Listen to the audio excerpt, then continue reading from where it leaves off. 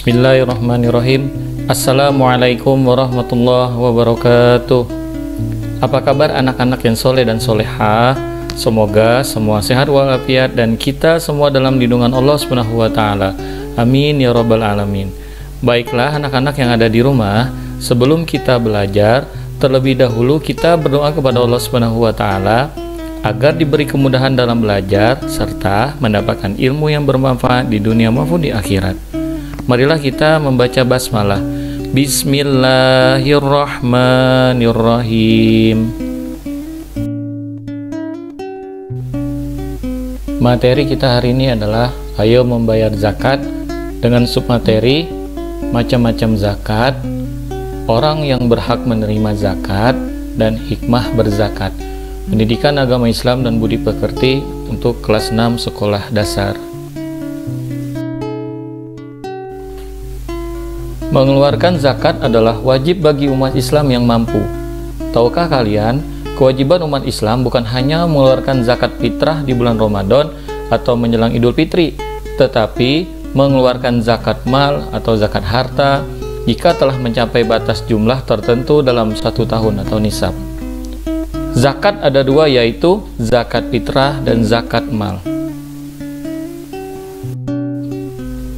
Anak-anak yang soleh dan solehah, yang pertama kita akan membahas zakat fitrah. Zakat fitrah adalah mengeluarkan beras atau bahan makanan pokok lainnya sebesar 2, kg atau 3, liter. Kalau satu keluarga 4 orang, berarti kita mengeluarkan zakat 10 kg. Waktu membayar zakat fitrah boleh dilakukan mulai tanggal 1 Ramadan sampai menjelang Idul Fitri. Orang yang wajib mengeluarkan zakat fitrah yaitu: pertama, beragama Islam, laki-laki dan perempuan sejak usia bayi, anak-anak atau lanjut usia. Yang kedua, memiliki penghasilan yang cukup untuk kebutuhan sehari-hari. Zakat fitrah untuk anak-anak menjadi tanggungan orang tua mereka. Yang ketiga, orang itu masih hidup sampai akhir Ramadan. 2. Zakat mal. Zakat mal disebut juga zakat harta, yaitu mengeluarkan sebagian harta kekayaan yang dimilikinya apabila telah mencapai nisab. Nisab adalah lama waktu suatu harta menjadi milik seseorang dalam jumlah tertentu. Contoh, ketika seorang muslim memiliki 85 gram emas selama 1 tahun, zakat yang harus dikeluarkan adalah 2,5%. Harga emas 1 gram 400.000. Nilai nisabnya adalah 85 gram dikali 400.000 sama dengan 34 juta rupiah. Maka zakat yang harus dikeluarkan adalah 2,5% dari 34 juta rupiah adalah 850.000. Zakat mal dimaksud untuk membersihkan harta yang dimiliki karena di dalam harta itu ada hak fakir miskin. Syarat wajib zakat mal sebagai berikut. Pertama, pemilik harta adalah orang Islam. Yang kedua, pemilik harta telah balik dan berakal atau tidak gila. Yang ketiga, harta tersebut termasuk dari jenis-jenis harta yang wajib dizakati. Yang keempat, harta tersebut telah mencapai 1 tahun. Yang kelima, harta tersebut milik sendiri. Nah, sekarang jenis harta yang harus dizakatkan sebagai berikut. Pertama, perhiasan emas dan perak yang disimpan. Yang kedua, uang simpanan yang telah mencapai 1 tahun. Yang ketiga, harta atau uang yang diperoleh dari usaha, berdagang atau bekerja. Yang keempat, hasil pertanian, misalnya padi dan palawija. Yang kelima, binatang ternak, misalnya kambing, sapi, dan kerbau. Yang keenam, barang temuan, misalnya perhiasan, uang logam yang terbuat dari emas, atau guci yang tinggi nilainya. Anak-anak yang soleh dan soleha, sekarang pembahasan selanjutnya, orang yang berhak menerima zakat. Orang yang berhak menerima zakat disebut mustahik zakat.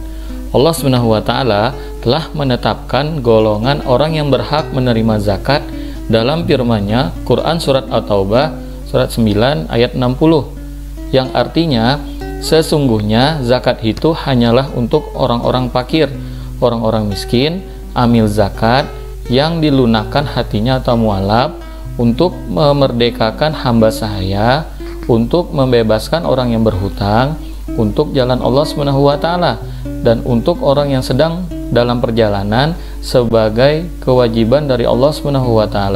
Allah SWT Maha mengetahui, Maha bijaksana.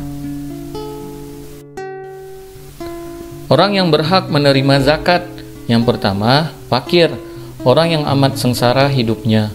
Yang kedua, miskin, orang yang tidak cukup penghasilan. Yang ketiga, amil, petugas zakat. Yang keempat, mualaf, orang yang baru masuk agama Islam.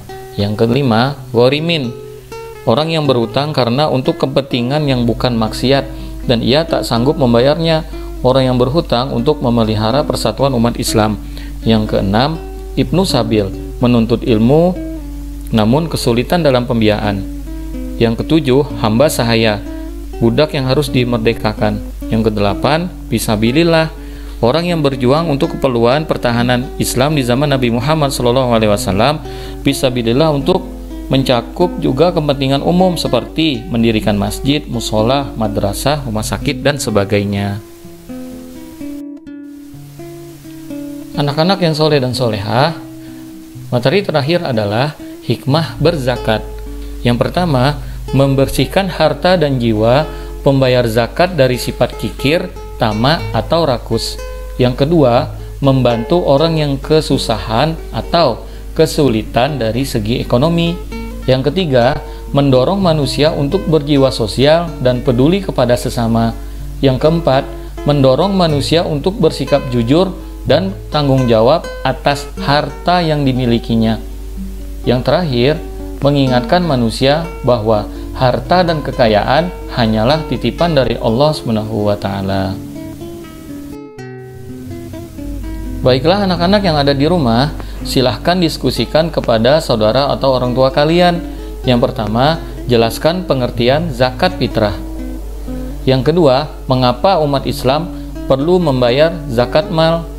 Yang ketiga, jelaskan jenis harta yang wajib dikeluarkan zakatnya. Yang keempat, jelaskan golongan orang yang berhak menerima zakat. Selamat mengerjakan, semangat! Alhamdulillah, pelajaran kita sudah selesai. Jangan lupa untuk menyaksikan pembelajaran selanjutnya. Sebaik-baiknya bekal adalah semangat. Terima kasih. Wassalamualaikum warahmatullahi wabarakatuh.